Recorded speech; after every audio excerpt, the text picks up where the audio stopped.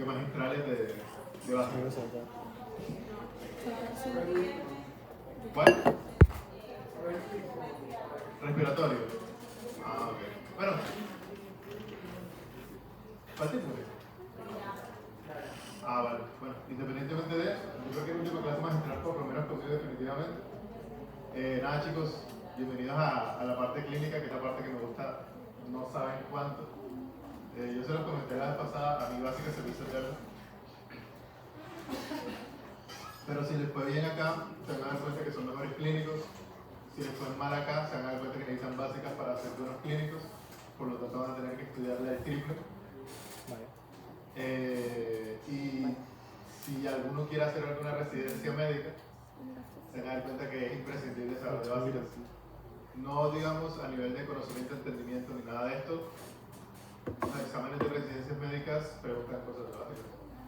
Preguntan sobre vitaminas, preguntan sobre bioquímica, o sea, es una experiencia distinta. Yo sé que no les quiero hacer mucho spoiler porque yo creo que cada quien tiene que vivir su etapa, pero que sepan que están cerrando una muy importante y que van a entrar a una que yo personalmente considero es lo que les va a hacer ya afianzar el hecho de que si les gusta medicina.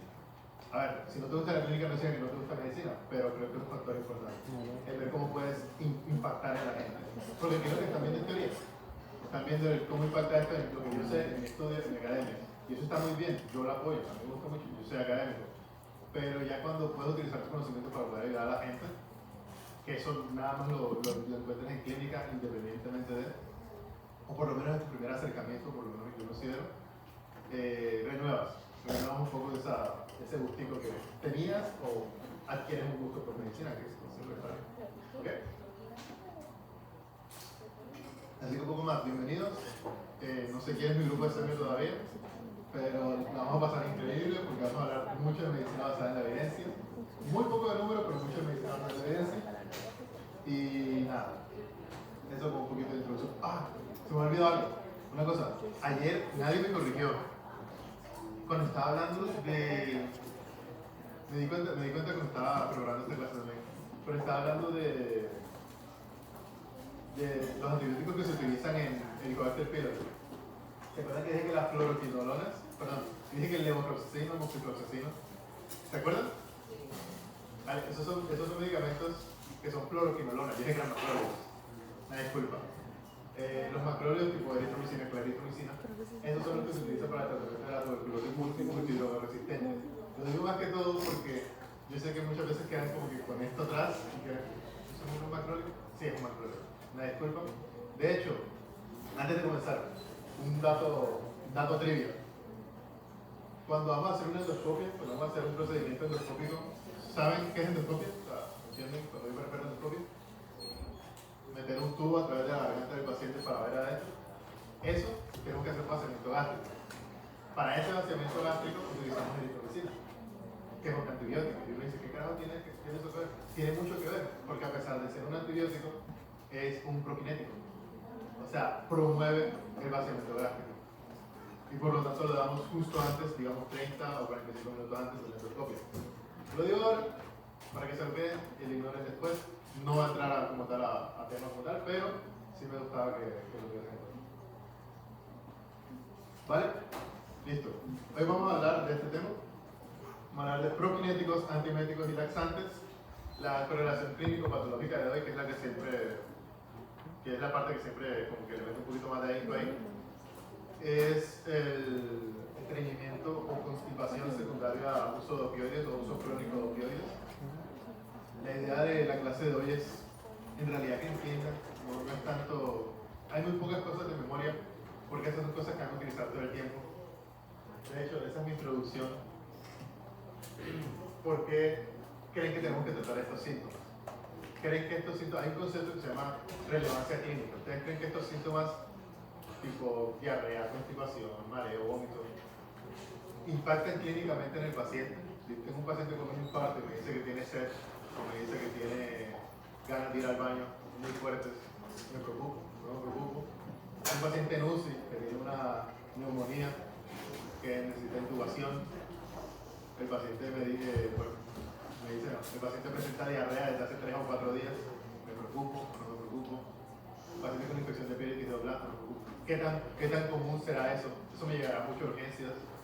Pacientes con síntomas gastrointestinales. La respuesta es mucho. O sea, 4 a 6%, eso que dice acá de que la diarrea de hospital es de 4 a 6%, es de la población general. De la población general que nos acude a urgencias. 4 a 6, por lo menos, 4 de cada 100 van a tener algún síntoma, específicamente diarrea. Y pongan ustedes que en urgencias llegan no 100, sino 800 pacientes al día, 900 pacientes al día. Entonces, siempre suele ser bastante y suele ser importante. ¿Vale? La gráfica que muestra los más comunes, digamos, los síntomas más comunes, aquí lo tenemos. Constipación o estreñimiento, que ahorita vamos a hablar de él. La diarrea, definitivamente el que más. Náusea y vómito y la disfagia. Aquí hay una cosa, y es que. No, lo hablo más adelante. Hablamos del concepto de la definición como tal de diarrea. Vale. Ahora sí, un recorderis mínimo y anatómico. Recordar que tenemos el sistema nervioso entérico, que es el sistema nervioso autónomo. El sistema nervioso entérico constituye la tercera división del sistema nervioso autónomo como tal. Se encuentra formado por dos complejos, o dos, decirlo así, plexos, que son el plexo mientérico o de Auerbach, que está entre las capas musculares, y el plexo de Mason, en su mucosa. Es que el plexo mientérico de Auerbach es este, no se lo alcanzan a ver ahí. Este se encarga más que todo de la motilidad o de la parte, digamos, de peristalsis o del movimiento como tal de la digestiva. Y el plexo de Auerbach, el plexo de Mason, el plexo de Mason se encarga más que todo de las partes de la pulsión secretoria. ¿Listo? Con respecto a los neurotransmisores, porque aquí lo vamos a incluir o vamos a impactar nosotros al paciente a través de la farmacología. Ten en cuenta que para el control nervioso, lo principal y lo más importante va a ser la elevación de la acetilcolina, que es un feedback positivo a la producción de movimiento, a la producción de contracción de las células musculares lisas. Estas se ven influenciadas con feedback negativo a través de la dopamina. Eso es supremamente importante tenerlo en cuenta. Pero no es solamente la dopamina. Ahí lo vamos a ver. Pero no es solamente la dopamina. La dopamina no solamente actúa ahí, sino que también actúa en el área póstrema, y en el área póstrema promueve la activación de la náusea y el vómito. ¿Se entiende ahí? Este es el área póstrema. Recuerden que en el área póstrema tenemos como tal dos conceptos muy importantes, que son la zona de activación o zona gatillo quimioreceptora y la zona el centro emético, el tal que nos hace vomitar, que decimos, ¿no? Miren las cosas que lo influencian. Por ejemplo, hay una influencia vestibular a través del oído interno, una influencia cerebral a través del cerebro. Por ejemplo, los pacientes que tienen episodios traumáticos o que empiezan a tener síntomas gastrointestinales de origen psicológico, se explica muy fácilmente a través de la influencia de los centros superiores en el área póstrema. Y, súper importante, como el núcleo de tracto solitario, a través de estos, digamos, neurotransmisores, puede influenciar a la activación o inactivación del centro emético. Entonces, estos son los que vamos a tener en cuenta. Van a ser histamina, serotonina, dopamina, muscarínicos y carbohidratos, ¿ok? ¿Hasta ahí todo bien? ¿Estoy yendo muy rápido? ¿Estoy yendo muy lento? Digan sí, no.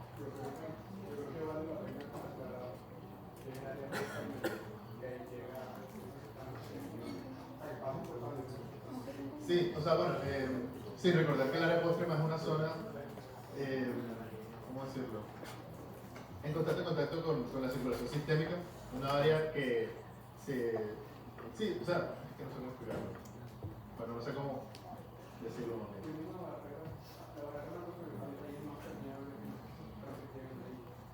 Ese sería lo más... Sí, permeable, me gusta más ese concepto. Es una zona que es más permeable a la circulación sistémica y por lo tanto está más en contacto directo con las sustancias químicas del cuerpo. Por ejemplo, los neurotransmisores. ¿Cuáles son los neurotransmisores que me impactan como tal la activación del centro del vómito? Estos que están acá: serotonina, dopamina, acetilcolina a través de los receptores muscarínicos y así, ¿okay? Y aquí, súper importante este de la histamina, lo vamos a ver más adelante, pero cómo afecta la histamina al oído interno y a la, digamos, al equilibrio interno y cómo esto termina afectando después al centro métrico, supremamente importante. ¿Vale? Vamos a empezar con los antimétricos. Entonces, esto es una clasificación general, no tan específica de los antimétricos. Y no sé, bueno, ¿alguien alcanzó a leer Goodman y Gilman antes de venir? ¿No? Vale. Se dan cuenta que el capítulo de Goodman y Gilman es demasiado largo. Y yo creo que es un error, porque en realidad en la práctica clínica, en mi opinión, no utilizamos el 90% de lo que aparece ahí. O sea, hay algunos que sí son, obviamente, mucho más de especialistas, mucho más de, por ejemplo, oncológicos, se utilizan cosas muy específicas, y van a darse cuenta que también, por ejemplo, en cuidados paliativos se utilizan otras cosas muy raras, pero, digamos, en la práctica clínica usual de médico general, de urgencia, de profesión de externo, de piso, se utilizan 2 o 3 cosas como mucho. ¿Qué pasa? Que lo ideal es aprenderse todo esto, porque en algún momento, me ha pasado a mí personalmente, vas a tener que utilizar los otros. Y te va a tocar utilizar los otros, más que todo porque no tienes casi nada disponible. Estás con las uñas ahí, no sé, por lo perdido y tienes que resolver de alguna manera. Y la mejor forma de resolver, yo lo dije la vez pasada, los ojos no ven lo que el cerebro no piensa. Entonces, si no ves la oportunidad de poner algún que otro medicamento, no la vas a poder aprovechar adecuadamente. ¿Ok? Vale. Volviendo acá, pues estos son los que vamos a tener en cuenta específicamente: antihistamínicos, antimuscarínicos, algunos antagonistas de la dopamina, específicamente metoclopramida y domperidona, y los antagonistas del 5-HT3, específicamente ondansetron, que es casi que lo único que tenemos. Yo personalmente estaba hablando con algunos compañeros a ver si tenían de algún otro, o si habían visto de algún otro. Muy poco, tengo una amiga que está trabajando en cuidados paliativos y me dice que se utiliza mucho para los ondansetron para pacientes oncológicos, porque parece que tiene una buena disponibilidad y tiene un buen margen de seguridad. ¿Vale? De aquí, poco más, tal vez el aloperidol, pero el aloperidol no se utiliza específicamente para esto, es muy raro utilizarlo para síntomas gastrointestinal. Y la iosina o hormona de iosina, que, no sé, aquí le ha dado vesícula, policistitis o polilitiasis, ¿vale? ¿Todavía no? O aquí le ha dado litiasis renal, ¿nadie? Ahí está. El hormona de iosina no te salva la vida. Pues, tanto remedio.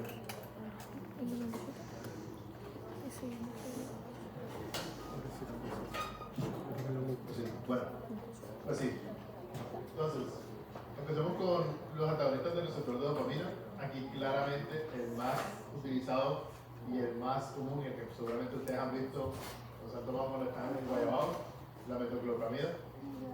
La metoclopramida, ¿cómo actúa? Pues básicamente inhibiendo la influencia de la dopamina en el músculo intestinal. Entonces tiene una doble función. Vamos a ver. Ahí tiene un efecto antagonista doble. Por un lado va a incrementar la motilidad gástrica intestinal y por otro lado va a inhibir la náusea y el vómito. ¿Por qué? Si lo ven aquí, cuando nosotros cancelamos o inhibimos la acción de la dopamina y de la reposo, nosotros vamos a terminar haciendo, o lo que vamos a terminar haciendo es inhibiendo como tal el vómito. ¿Se entiende? El murmullo está muy alto, el murmullo está muy alto, bajen un poquito el volumen. Gracias. Esta es la biodisponibilidad como tal y la vida media de la metoclopramida y la domperidona. Metoclopramida definitivamente mucho más usado, domperidona ni tanto, lo veo más que todo en pacientes muy específicos. Por ejemplo, lo he visto mucho en pacientes en hemodiálisis, pero no lo he visto un poco más. Y entonces, lo que siempre muestro, uso de buena práctica clínica, siempre es muy recomendable con la metoclopramida iniciar con dosis bajas, complicar el tiempo de acción y preferir la administración en infusión para evitar efectos adversos. Entonces, las dosis bajas te van a disminuir los efectos adversos pero no solamente a 12 bajas. Si tú pones 12 bajas, pero en bol, te va a dar mucho más efecto. Lo ideal de la metoclopramida siempre va a ser darle la infusión continua lenta. Cuando lo hagan, se van a dar cuenta que los jefes de enfermería, las jefes de enfermería, les van a decir, oye, qué pereza, dale su bol y ya. Y ustedes díganle, no, porque no quiero que me le dé una medicina tardía que no se le quite. Es lo más probable que le pueda pasar. Ahora, ¿qué tan probable es eso? Muy poco probable. Pero ahorita hablo de eso. El tiempo de acción, esto ya es una recomendación personal, porque cuando un paciente, no sé ustedes, con problemas de urgencias y tienen algún problema intestinal o diarrea, cualquier cosa de estas, tienes una expectativa de curarte muy rápido porque te sientes muy mal, pero muy mal. Entonces yo agrego esta recomendación personal. Avisen con tiempo cuál es el tiempo de acción de la metoclopramida. Si usted está dando una metoclopramida bioral, se va a demorar como media hora, ¿no? Y eso, pues sí ayuda, pero si lo das a través de IV, 3 o 5 minutos ya le tienes que quitar el revuelo, le tienes que quitarle las náuseas. Y eso, santo remedio. Pocas veces van a ver que yo, bueno, si en algún momento nos vemos más adelante, pocas veces van a ver que yo prefiero una vía intravenosa que una vía oral. Yo soy fiel creyente que la vía oral es, por lo menos en urgencias no graves, digamos en pacientes no complicados, es ideal tener una vía oral. Obviamente eso tiene mucho contexto, pero yo prefiero siempre la vía oral, más que todo porque las intramusculares, las intravenosas, siempre van a tener riesgo de algo. Siempre. Hay un efecto que se llama, o síndrome, o signo, no sé cómo le digan, pero se llama efecto Nicolau. No sé si lo han visto. ¿Alguien lo conoce? El efecto Nicolau es básicamente una necrosis muscular en la zona de la inyección. ¿Y eso por qué puede pasar? Porque sí, idiopático. ¿Y cuándo puede pasar? A cualquier persona. ¿Con qué medicamento? Con cualquier medicamento. Y si tú tienes eso en cuenta y entiendes que eso puede ser un efecto adverso o un evento adverso asociado a la inyección intramuscular, y tú estás entre ponerle un paciente intramuscular para que pues digamos, deje de molestar o deje de estar molestando tanto, o dárselo vía oral, evitar esa complicación al paciente. No vale la pena el riesgo que estás tomando a este beneficio, a este supuesto beneficio que vas a terminar teniendo. Siempre va a ser mejor dárselo vía oral y explicarle y hablar atentamente con el paciente. Yo soy fiel creyente de la vía oral, pero en este caso, en la metoclopramida, sí es un poco mejor darlo por intravenoso. Vale, volviendo a la aplicación clínica, para que se utiliza más que todo, indicada específicamente para el vaciamiento gástrico, previo al procedimiento de endoscopio, justamente como le estaba hablando ahorita de la eritromicina, no para eso, sino para evitar náuseas durante la endoscopia. En los síndromes de dismotilidad en general, por lo que está hablando de la otra acción, en el aspecto de la producción del movimiento de la peristalsis como tal, y las náuseas en quimioterapia, esto es muy poco usado. Utilizamos todo eso de la línea. Para náuseas en quimioterapia utilizamos que todo ondansetron, ¿ok? Vale. Eventos adversos supremamente importantes, no tanto porque sean clínicamente relevantes, sino que son muy preguntables, casi todos los exámenes que he visto.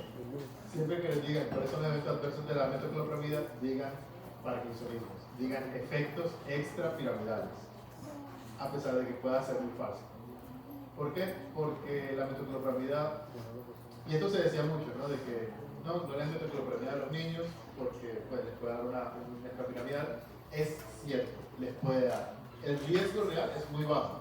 Digamos, 100 niños que le den eso, unos 2 o 3 es que les va a dar eso. Pero al niño que se le dé, te va a dar mucho miedo, porque lo vas a confundir con muchas otras cosas. Síndrome diabético maligno, convulsiones, etcétera, etcétera, etcétera. Entonces, mi recomendación personal, si tienes un paciente menor, paciente pediátrico, no le dé metoclopramida. Y si tienes ondansetron, úselo.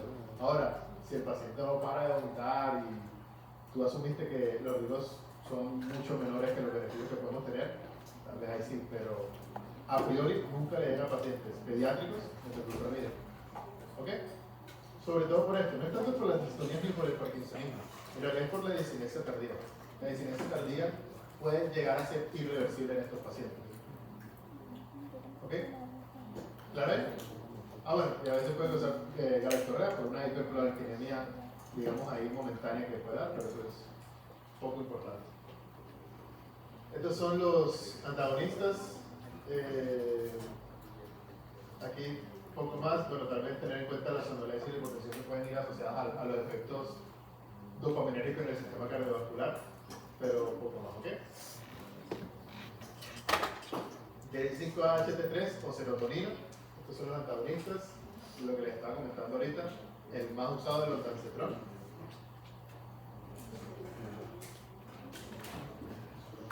Está lo otro, el calicitrón y el dolacetrón, pero en realidad esos no son tan usados. Ondansetrón definitivamente el más común. Funciona muy bien para evitar efectos médicos, sobre todo de características no metabólicas. Es decir, si tienes un paciente que tiene un postoperatorio o tiene una náusea inicial por algún fármaco o tiene algún, bueno, justamente los de quimioterapia, los pacientes con quimioterapia, lo ideal es utilizar ondansetrón. No sirve mucho para estos vómitos que se le dicen vómitos anticipatorios. Esto de que viste a alguien vomitando y te dio vómito a ti también, para eso no sirve mucho. Y tampoco sirve mucho para cosas metabólicas, pero para los otros funciona bastante bien. Aquí están los otros, y en algún momento los ven, yo personalmente no los he visto. Ondansetrón, calicitrón, dolacetrón y palonocetrón. Vale. La vida media, si se dan cuenta del palonocetrón, justamente por eso se utiliza más que todo en pacientes con, digamos, náuseas crónicas, es decir, pacientes con quimioterapia, para evitar las náuseas durante los procedimientos. Además, se puede utilizar de noche, sino perfecto, te levantas, no tienes náuseas y te pueden hacer el procedimiento sin ningún problema. Puntos de buena práctica de los 5-HT3, de los antagonistas de receptores de serotonina. Tener mucho cuidado con los pacientes con insuficiencia hepática. Estos pacientes que tienen un childhood, es un score que van a ver más adelante que nos mide el riesgo de complicaciones a través de la insuficiencia hepática. Si tienen un childhood B o childhood C, no se los des, busca otra alternativa. Aumentar solamente una vez al día, la vida media es bastante larga, si lo vieron como por ejemplo con el palonocetrón. Y sobre todo, muy importante, inhibidores selectivos de la recaptación de serotonina, siempre recomendables. ¿Por qué creen?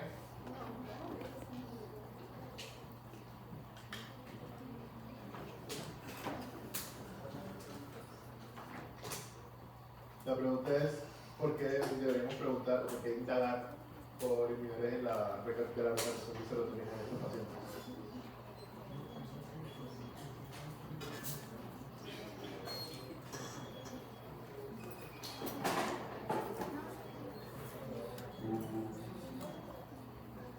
Dímelo. Sí. O sea, bueno, son moduladores del ánimo, pero ¿y qué tiene que ver con el ondansetrón? ¿Qué consideras? Pues.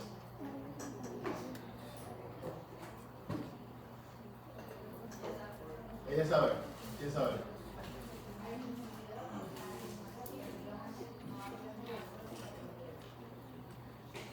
Ajá. Ok, hay que votar. ¿Qué hago? ¿Acá? Sí, esta es la serotonina, que es el receptor de 5-HT3. ¿Sí saben qué es 5-HT3? ¿Ya saben? ¿Quién dice? ¿Quién grita?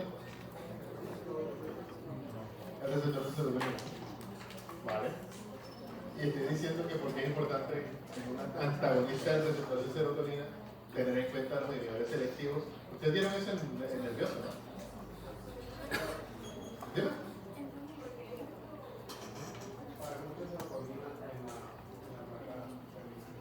¿Y eso cómo se llama? Pero se llama serotoninemia, por si acaso. ¿Se acuerdan de los toxidrops? ¿No vieron toxidrops? Estoy seguro que vieron toxidrops. Yo di la clase de tóxicos en fundamentos y voy a hablar de toxidrops. Ajá, queda. Espera, queda.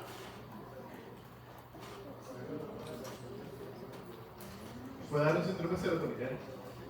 Entonces, en estos pacientes es justamente porque, pónganse a pensar, por un lado estoy. ¿Qué hacen los inhibidores de la selectivos de la recaptación de serotonina. ¿Qué hacen ellos? ¿Cómo funcionan? ¿Quién me dice? Selectivamente, ¿no? Para maximizar el tiempo de acción de la serotonina sobre su neurona funcional. Entonces, están en constante emisión de serotonina. Vale, y si esa serotonina no puede llegar al receptor, porque es que el receptor está ocupado por un ondansetron. Se queda ahí en algún punto. ¿Y qué hace después? ¿Ah? Estoy de acuerdo con la respuesta, una chochada en el sistema nervioso. Estoy de acuerdo, no, por si acaso, en serio.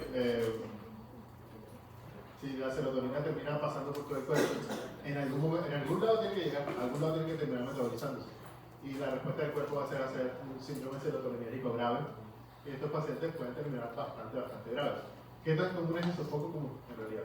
Pero en el ondansetron, ese efecto adverso es tal vez de los menos. ¿Ok? Vale. ¿Para qué se utiliza o cuál es la aplicación clínica del ondansetron? Se utiliza, como le está diciendo, no se inducida por quimioterapia, nuestra primera línea. En la hiperemesis gravídica, ¿qué significa eso? No se tiene embarazo. Y es primera línea de pediatría, justamente lo que está diciendo. Evitar metoclopramida en pacientes pediátricos, utilizar más que todo ondansetron. Se van a dar cuenta cuando entren al maravilloso sistema de salud que eso no pasa, porque el ondansetron es 20 veces más caro. Entonces, en algunos casos, lamentablemente, algunas instituciones prefieren dar ondansetron y corren el riesgo de que es una venta de precio. ¿Vale?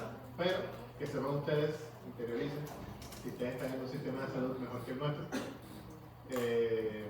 tengan en cuenta eso. Usen ondansetron más que otra cosa. Vale, eventos adversos, los comunes, estreñimiento o diarrea, una de dos, y la cefalea o síndrome de malestar general. Muy importante, los que alargan el segmento QT. Es un medicamento que alarga el segmento QT, por lo tanto puede dar una arritmia en específico que se llama, a mí me encanta cardio.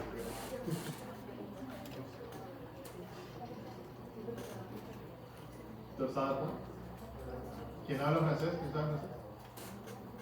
Torsión de puntas, violación ventricular. ¿Ya no? Vale, sí, una torsión de puntas, que es de las arritmias mortales, que muy poca gente sale de ahí, que el riesgo de la mortalidad está por encima, creo que del 70%, etcétera, etcétera. ¿Listo? Vale. Y lo que le estaba contando de los síndromes serotoninérgicos. Hay otros antieméticos que justamente es lo que les estaba comentando en Goodman y Gilman, que hablan y dicen y mencionan y en realidad son muy poco utilizados. De hecho, Goodman y Gilman también lo reconocen, que son, por ejemplo, la ciclicina, la difenhidramina. Difenhidramina no se utiliza como tal para síntomas gastrointestinales, sino para... ¿Quién ha tomado difenhidramina? Nadie. Que es muy viejo. Pero la difenhidramina era un antihistamínico clásico. Ese sí se utilizaba bastante. Y de hecho, todavía está en algunos medicamentos que por ahí. El aperpitán, el rolapitán, esos tal vez mucho menos. De aquí también los agonistas cannabinoides, pero no son muy utilizados tampoco. Bueno, mentira, son muy utilizados en pacientes oncológicos, pero poco más. Y los de multireceptor, que son la safina, clorpromacina y clorperacina, tal vez un poquito más. Y definitivamente la escopolamina, que ya saben que no se utiliza para eso, sino para ilegalidades. Vale, con eso ya terminamos antieméticos. Preguntas, dudas, por favor que quede claro. Porque tal vez en el parcial sale hoy.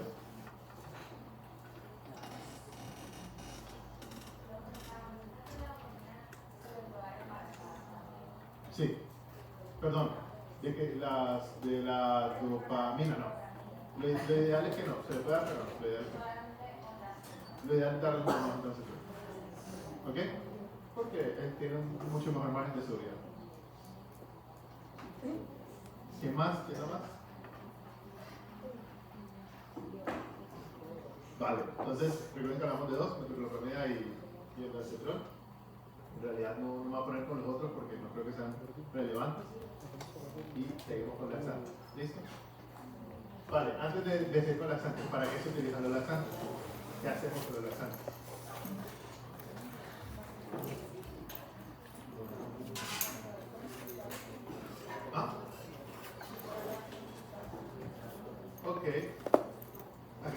para las constipaciones, es cierto, en parte es verdad,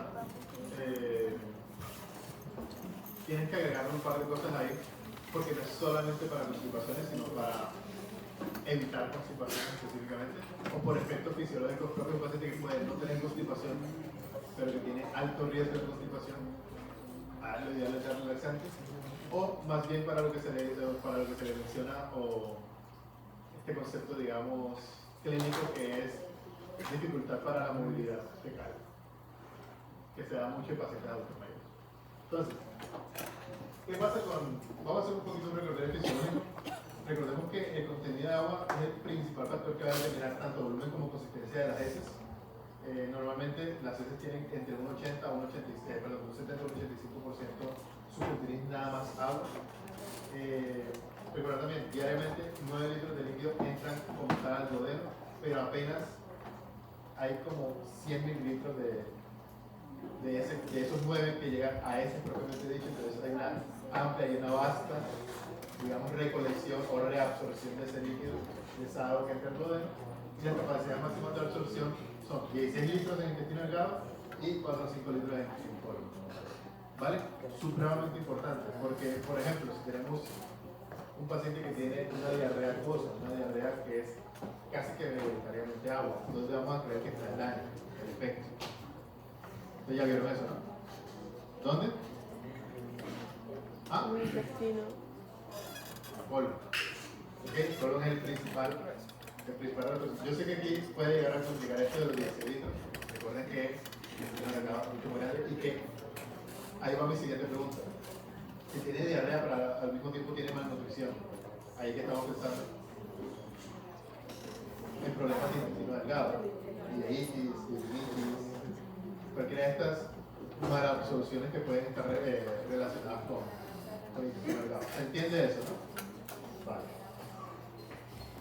Aquí un poquito de la imagen que está en Google y Irma. Entonces, para, digamos, entenderlo o como un esquema mental para entender el tema, yo propongo tener en cuenta un balance. El cuerpo siempre está en constante equilibrio entre un estreñimiento fisiológico y una diarrea fisiológica. Si ven los libros, ningún libro va a decir eso, pero se entiende, ¿no? O sea, se entiende que es más bien un balance entre que soltamos un poquito más las heces, las hacemos un poquito más líquidas y las compactamos más, le quitamos líquido. ¿Ok? Para hablar de esto tengo que hablar del concepto como tal de estreñimiento y diarrea. Concepto clínico de estreñimiento.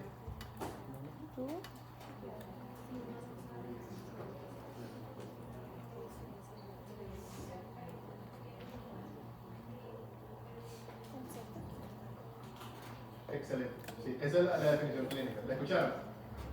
Vale, la definición clínica es que un paciente que va al menos 3 veces al baño por semana no está estreñido, no está constipado.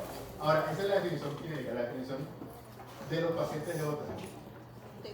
Y tiene sentido. ¿Por qué? Porque si el paciente te dice, no, es que cuando yo me siento en la taza, yo me demoro una cantidad de tiempo y también es un concepto, ¿no? O sea, eso también es importante. La dificultad para la movilidad para los movimientos fecales. Eso también es un concepto de estreñimiento. Si tú duras más de 10 minutos sin poder realizar un movimiento fecal, ya preparado, digamos, en la taza de baño, etcétera, etcétera, eso también se considera una situación. ¿Listo? O estreñimiento. O movimiento fecal, ¿cómo se dice? Movimiento fecal dificultoso, es que en inglés, ¿no? En fin, se le dice de esa manera. Diarrea, de acuerdo a la Organización Mundial de la Salud, ¿cómo se define diarrea?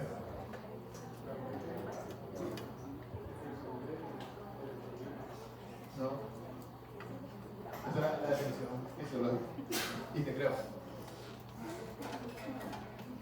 ¿Ah? Excelente, más de 3 veces al día, en un solo día o en 24 horas. O un aumento en la cantidad de volumen de diarrea. Porque si me dice el paciente, no es que voy nada más 2 veces al baño, pero cada vez que voy me descompenso, me da mareo y me desmayo. Diarrea.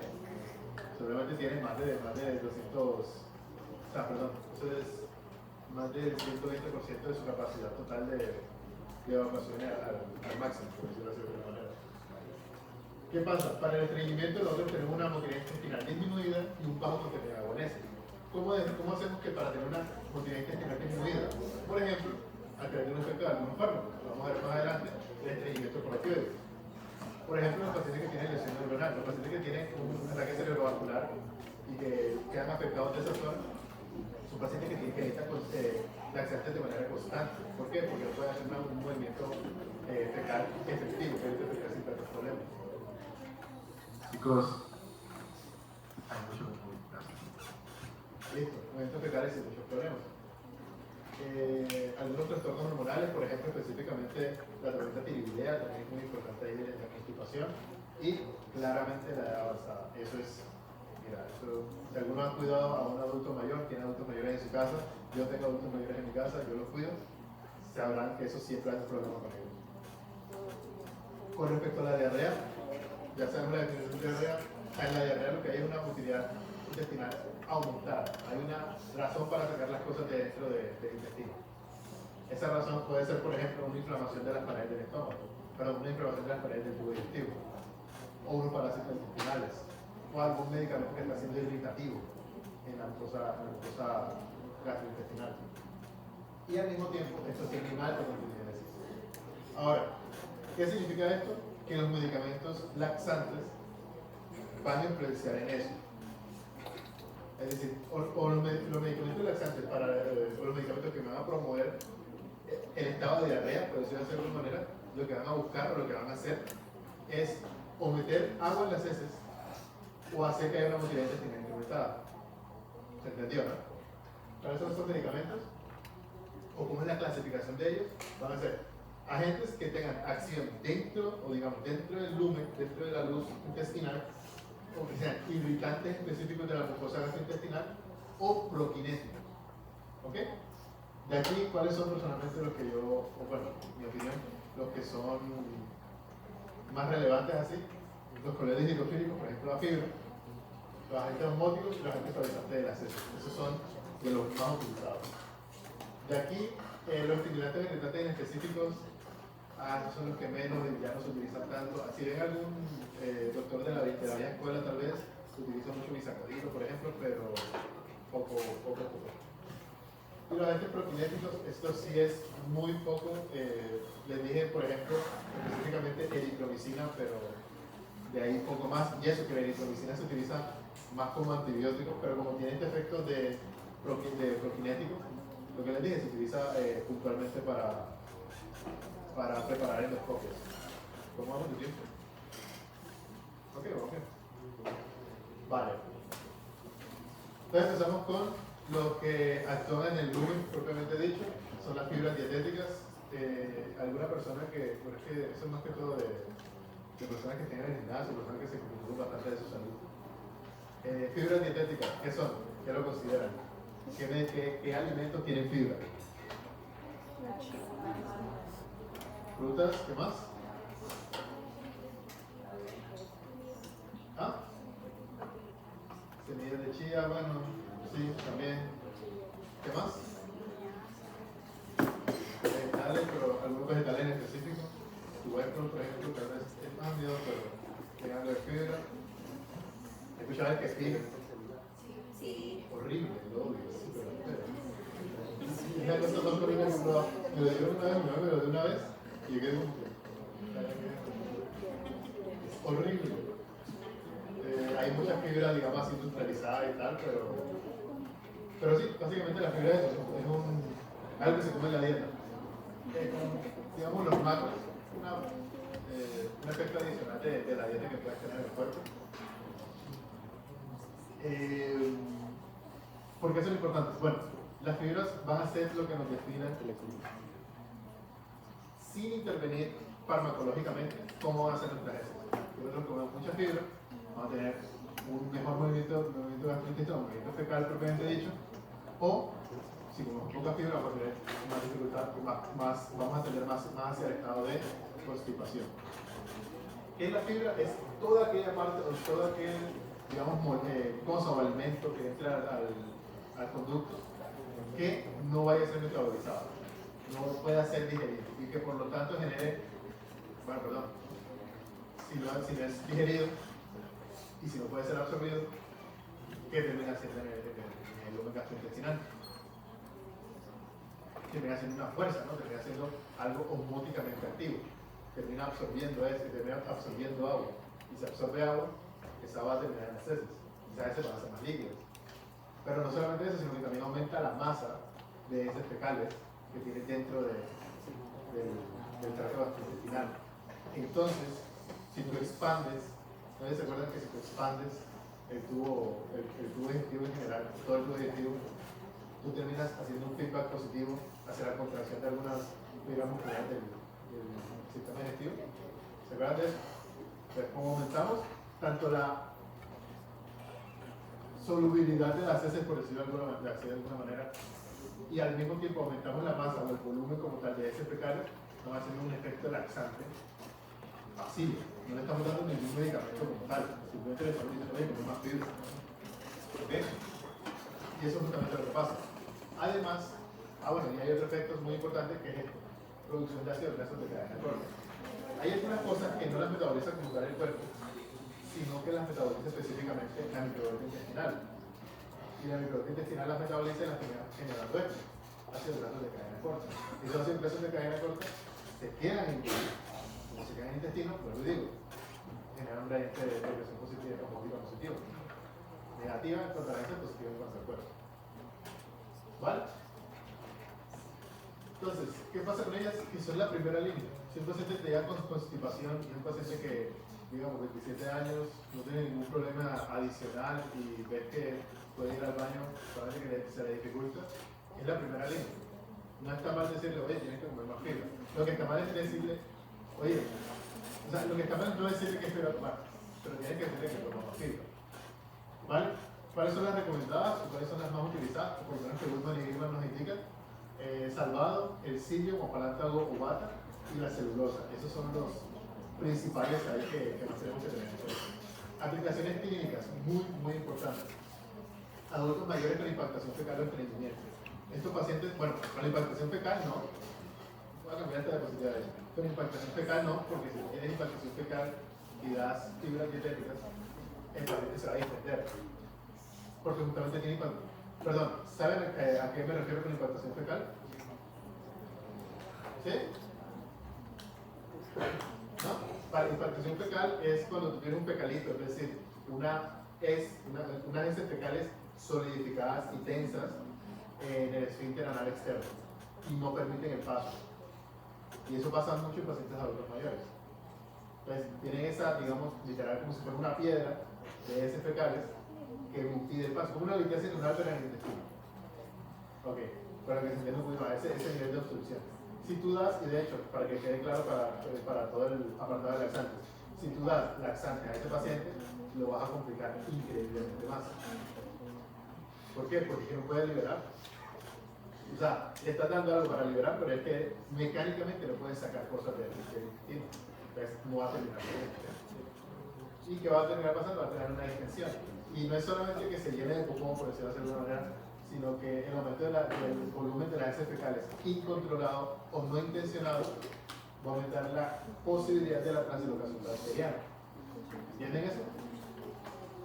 Translocación bacteriana es el concepto este de que las bacterias que están ahí dentro en algún momento van a superar las barreras inmunológicas y como superan las barreras inmunológicas terminan entrando las bacterias al sistema de nuevo. ¿Sí o no?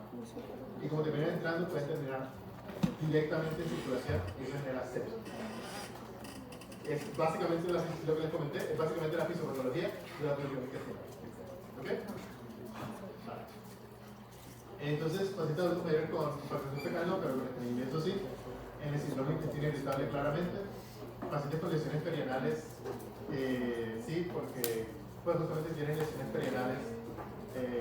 Lo ideal sería evitar estrés mecánico en esa zona. Pacientes con quirúrgicos de intervención neuroquirúrgica, eso lo he visto mucho, pero le digo más que todo como un uso clásico de que, por ejemplo, le indican dieta rica en fibra a pacientes con una craniotomía para evitar pues las maniobras de Valsalva, el aumento de la presión y por lo tanto alguna afectación ahí a nivel de la presión intracraneal. pero no es tanto. Y intervenciones en el cambio de estilo de vida. ¿Por qué intervenciones en el cambio de estilo de vida? El dar fibra no solamente te mejora en cómo vas al baño, sino que además disminuye los niveles de glucosa en sangre y disminuye la resistencia periférica a la insulina. Por eso los pacientes que están siendo bien tratados o que están siendo bien manejados para la disminución del peso o están en un régimen de peso, muchas veces se necesita fibra. No tanto por el hecho de que vas al baño más seguido, sino porque además tiene un efecto metabólico importante. Además, sobre todo, me acabo de acordar, disminuye el LDL. ¿Para qué tan importante bajar el LDL? Poco, obviamente, es mejor que ninguna estatina, pero entre no tenerlo y tenerlo, por algo tan sencillo como es tomar un vaso de planta o vaso, no hay ningún problema. ¿Vale? Bueno, estos son los tipos de fibras. Recordar que lo ideal sería que no fueran tan solubles en agua. Dependiendo del tipo de fibra, lo ideal es que no sean tan solubles en agua. Por ejemplo, la celulosa es pobre en la solubilidad del agua y se fermenta, ahí tiene un porcentaje de fermentación adecuado. De aquí, yo personalmente las que yo recomiendo son la celulosa, la hemicelulosa y los mucílagos o resinas, son las ideales. ¿Vale? ¿Cuáles son los efectos adversos? En general está contraindicada en pacientes con síntomas de obstrucción intestinal. Hay un síndrome, perdón.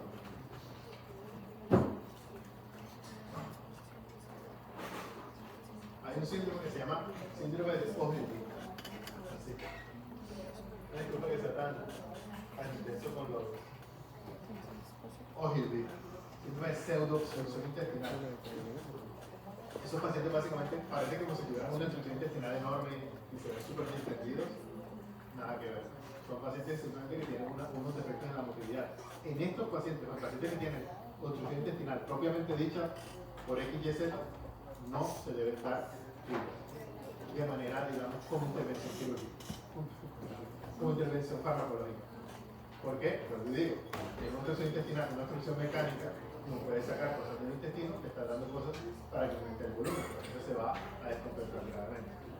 ¿Listo? Impactación fecal, lo que les estaba diciendo, debe ser el previo suministro de suplementos de fibra, supremamente importante, por favor no se lo olviden, sobre todo porque, no sé, yo cuido a mi tía, porque yo tengo un montón de investigaciones de salud, ellos no avisan, ellos no se dan cuenta de eso, ellos tal vez tienen una digamos, tendencia a la demencia por la edad, por las múltiples patologías. Esos pacientes sufren bastante, o sea, tenemos bastante en cuenta. Y como efecto adverso más importante, el meteorismo, pero poco más. Vale, pasamos ya de fibras a medicamentos propiamente dichos, a agentes osmóticamente activos. Los agentes osmóticamente activos, su nombre lo dice, lo que hacen es aumentar el gradiente de presión osmótica hacia las heces fecales. Y por lo tanto atraen agua o atraen lo que sea que hace que haya más heces heces más solubles en el tracto gastrointestinal. Se dividen en tres específicamente, como laxantes salinos, los polietilenglicol, específicamente polietilenglicol, y los emolientes. ¿Cómo funcionan cada uno de ellos? Los laxantes salinos lo que hacen es aumentar la cantidad de agua dentro de la heces, solamente hacen eso. ¿Vale? El polietilenglicol por sí solo es una sustancia que lo que va a hacer es, como está ella ahí y como no se absorbe, no se reabsorbe y no lo digiere el cuerpo, va a generar un gradiente osmótico, lo que hemos estado hablando. Y los emolientes lo que hacen es romper las heces fecales. Y como las rompen, permiten el ingreso de más cantidad de agua a las heces fecales. Y por lo tanto las hacen más solubles. Al mismo tiempo genera un poquito de fermentación gástrica, pero ese efecto es menor. Hablemos específicamente de los laxantes salinos. Los laxantes salinos son laxantes ricos en sal. Lo que les dije ahorita, lo que hacen es aumentar la retención de agua dentro de las heces fecales, dentro del contenido del tracto. Las sales más utilizadas definitivamente son las sales de magnesio. Recordar que en pacientes con enfermedad renal crónica, arritmias cardíacas o de balance hidroelectrolíticos, tener en cuenta que lo ideal no es dar, lo ideal es primero resolver eso y después dar. ¿Por qué? Por ejemplo, un paciente que tiene una hipo o hipermagnesemia, está en riesgo de arritmias cardíacas, hombre, no es una leche de magnesio, ¿no? Por favor. ¿Listo?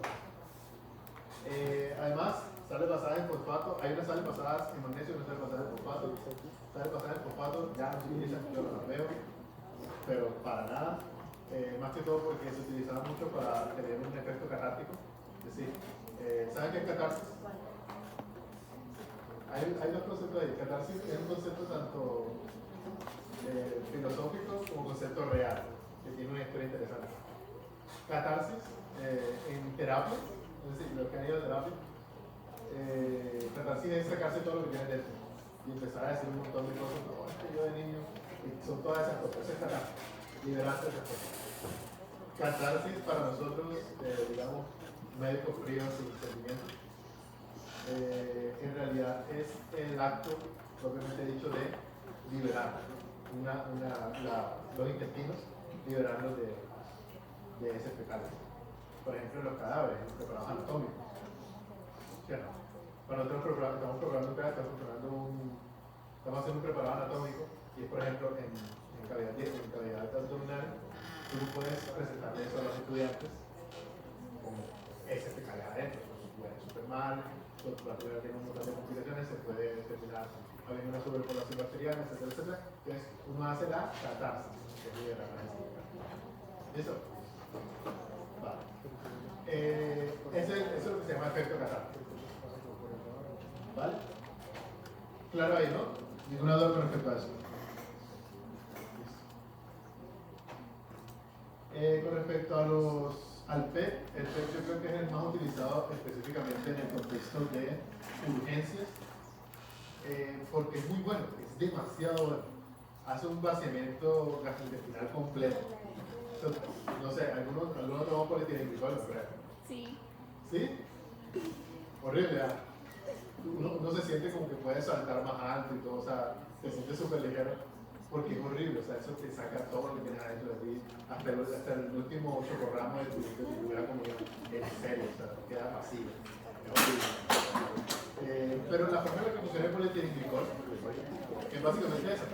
Polietilenglicol es una sustancia que ni se absorbe, ni se digiere, ni se metaboliza, ni nada, solamente está de principio a fin, punto.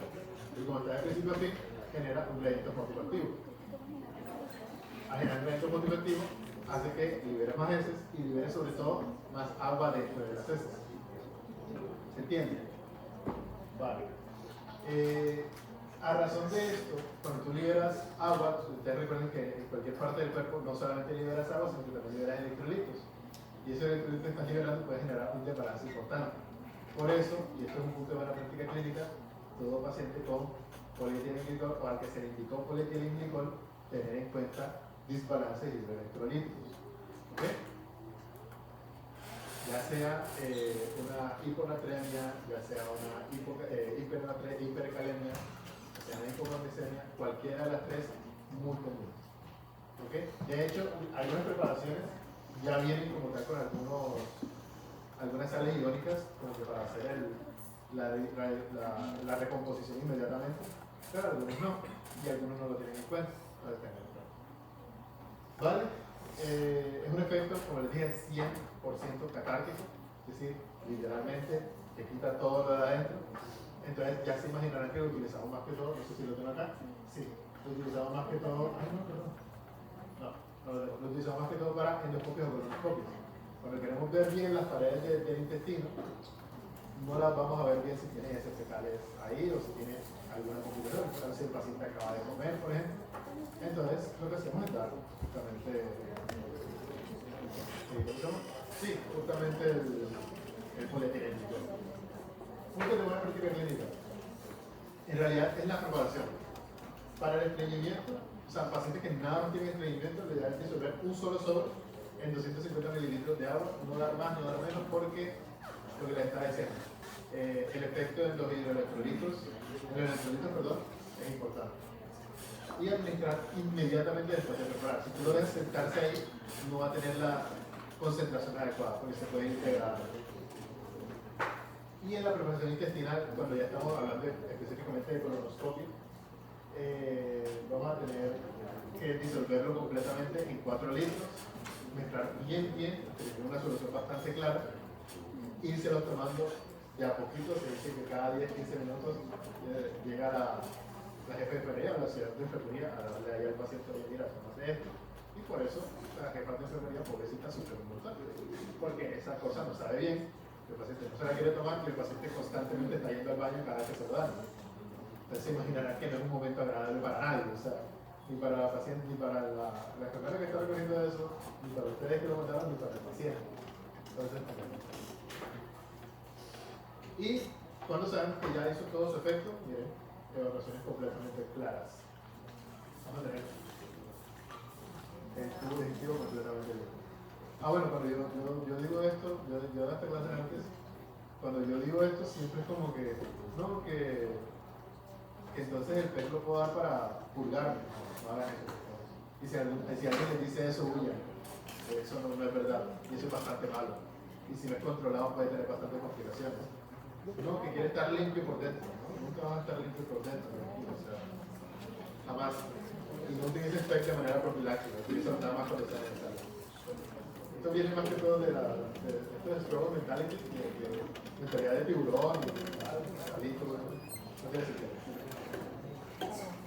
¿Vale? También están los otros, los glúcidos no digeribles, específicamente la lactulosa es el más utilizado acá. Ellos lo que hacen es estimular también a través de gradientes osmóticos el movimiento de agua hacia la luz intestinal. Ellos ahí dentro son hidrolizados para formar lo que les está diciendo. Ácido graso, como con las fibras, lo mismo pero con los glúcidos que no se digieren. Como no son digeribles, son metabolizados, pero por la microbiota intestinal. Y al ser metabolizados por la microbiota intestinal, generan estos ácidos grasos. Los ácidos grasos generan el gradiente osmótico. Círculo redondo. ¿Sí o no? ¿Se entendió? Aquí un poco más, aquí un buen punto de práctica clínica donde se utiliza mucho, en particular con largas estancias hospitalarias o con baja ingesta de fibra. Estos pacientes lo ideal es darlos, o, muy importante, pacientes con estreñimiento por opioides con algunas puntualizaciones, que vamos a hablar más adelante. Cuenta con efectos barredor de amoníaco. Entonces, cuando tienes un paciente con hiperamonemia, por ejemplo, paciente que tiene encefalopatía hepática, tú le puedes dar lactulosa para barrer amonio, y como barrer amonio resuelve el problema. Sí se utiliza todo. Y se utiliza un montón. No sé ustedes, y no sé si lo van a tener ustedes, ojalá y sí. Yo cuando hice la carrera no roté por hepatología ni nada de esto, lo vi más que todo ya en el internado. Yo soy internado en la Shire y allá tiene servicio de hepatología, y cuando uno rota por ahí uno se da cuenta que uno no sabe nada de hepatología. Y justamente cuando me hicieron esa pregunta de por qué damos lactulosa en este paciente que tiene encefalopatía hepática, no tienen idea. Y muchas veces los libros no lo dicen. Entonces tengan esto en cuenta que es supremamente importante. Es casi que primera línea para tratar de terapia. ¿Ok? Vale. Eso con respecto a la lactulosa, un poco más. Con respecto a los laxantes irritantes, lo que les digo, no se suelen utilizar. El único que más o menos se utiliza y que no lo recomendamos tampoco mucho es el bisacodyl. ¿Cómo funcionan ellos? Pues básicamente lo que hacen es irritar, hacen una inflamación controlada, se dice así, inflamación controlada de la mucosa gastrointestinal, y como hacen esta inflamación, generan un mayor traspaso de agua, etcétera, hacia dentro de la luz intestinal, lo cual promueve la facilitación o facilita como tal el movimiento. ¿Vale? Lo que les está diciendo el único representante, no es que sea el único representante, es el único representante que vamos a utilizar nosotros de los irritantes, es el bisacodyl. Es un profármaco, el problema es que tiene que ser hidrolizado. Su acción comienza más o menos como 6 horas después de que se da, entonces lo ideal es darlo no cuando el paciente ya tiene el problema, sino cuando el paciente lo va a tener. Entonces, por ejemplo, darlo en la noche, sobre todo en pacientes, eso, lo he visto muchos pacientes de neurocirugía, pero no es lo ideal, ¿ok? Y no se recomienda usarlo después de más de 10 días. O sea, si ya lo utilizaste por más de 2 semanas, deja de utilizarlo, porque de verdad se quema colon atónico. El colon le hace tanto daño, lo rascan tanto, que termina diciendo, no, a mí no me tocas, no me dejas mover, y se queda quieto. Y tienes una pseudosucción intestinal, eso no lo veo. ¿Ok? Chicos, Receso de 10 minutos. Vamos a cogerla suave. Yo sé que es bastante tema. 10 minutos cuando volvamos vamos a hacer el antidiarreicos y la correlación clínico-patológica. ¿Ok? A ver. ¿Qué pregunto?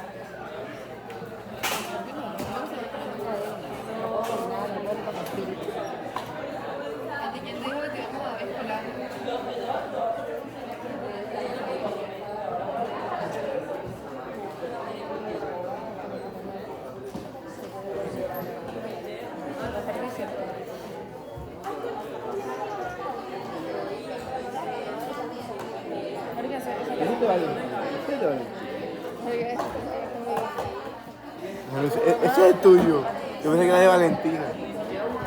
Eso es de Francia.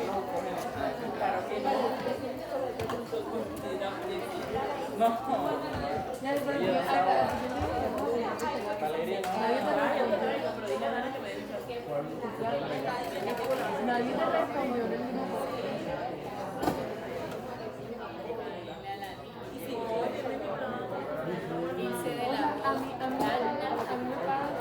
Vale, nada, tengo sed, marica, dale el agua de la plata. La fiera, la fiera.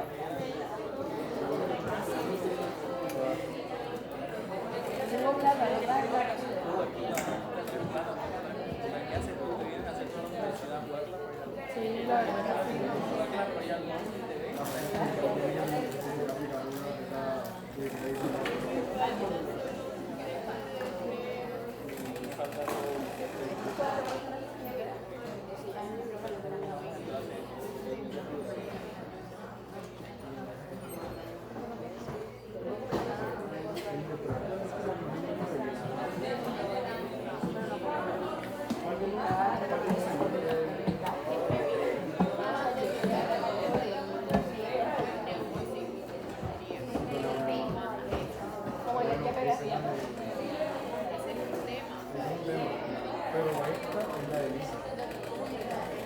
Espérate, no sé, marica.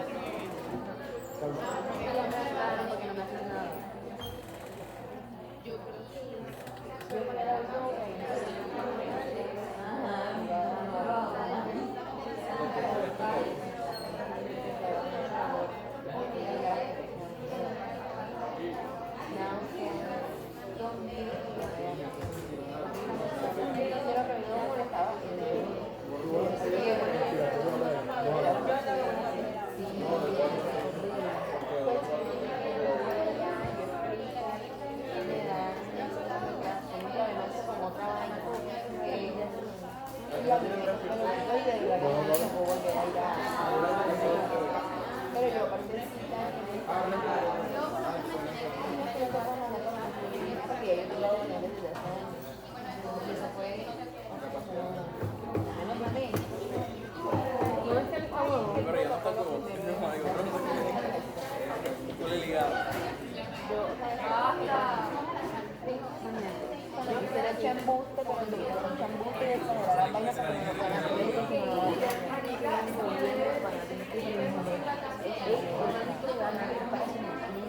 porque ellos van a decir que no, o me parece que después regresa, o sea, ya con esto es lo que vas a traer, me pongo todo. O sea, ya te estoy diciendo que llevo años en eso, y tú no vas a decir que esperan, yo no voy a esperar. Yo estoy aquí. Y para los 300.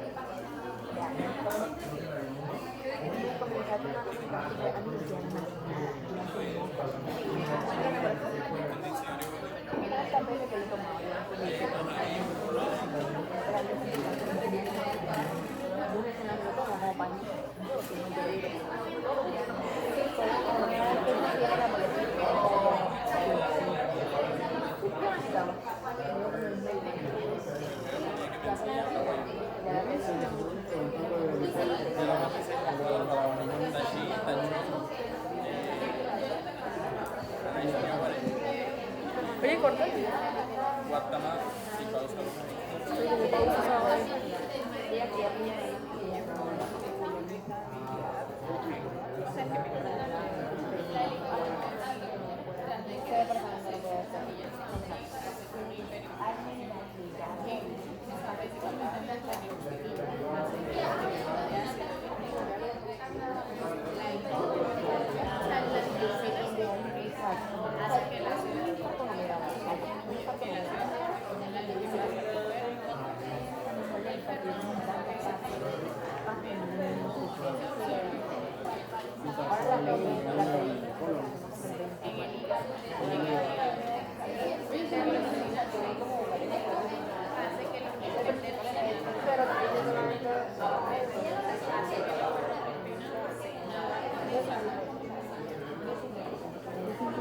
Yo son que si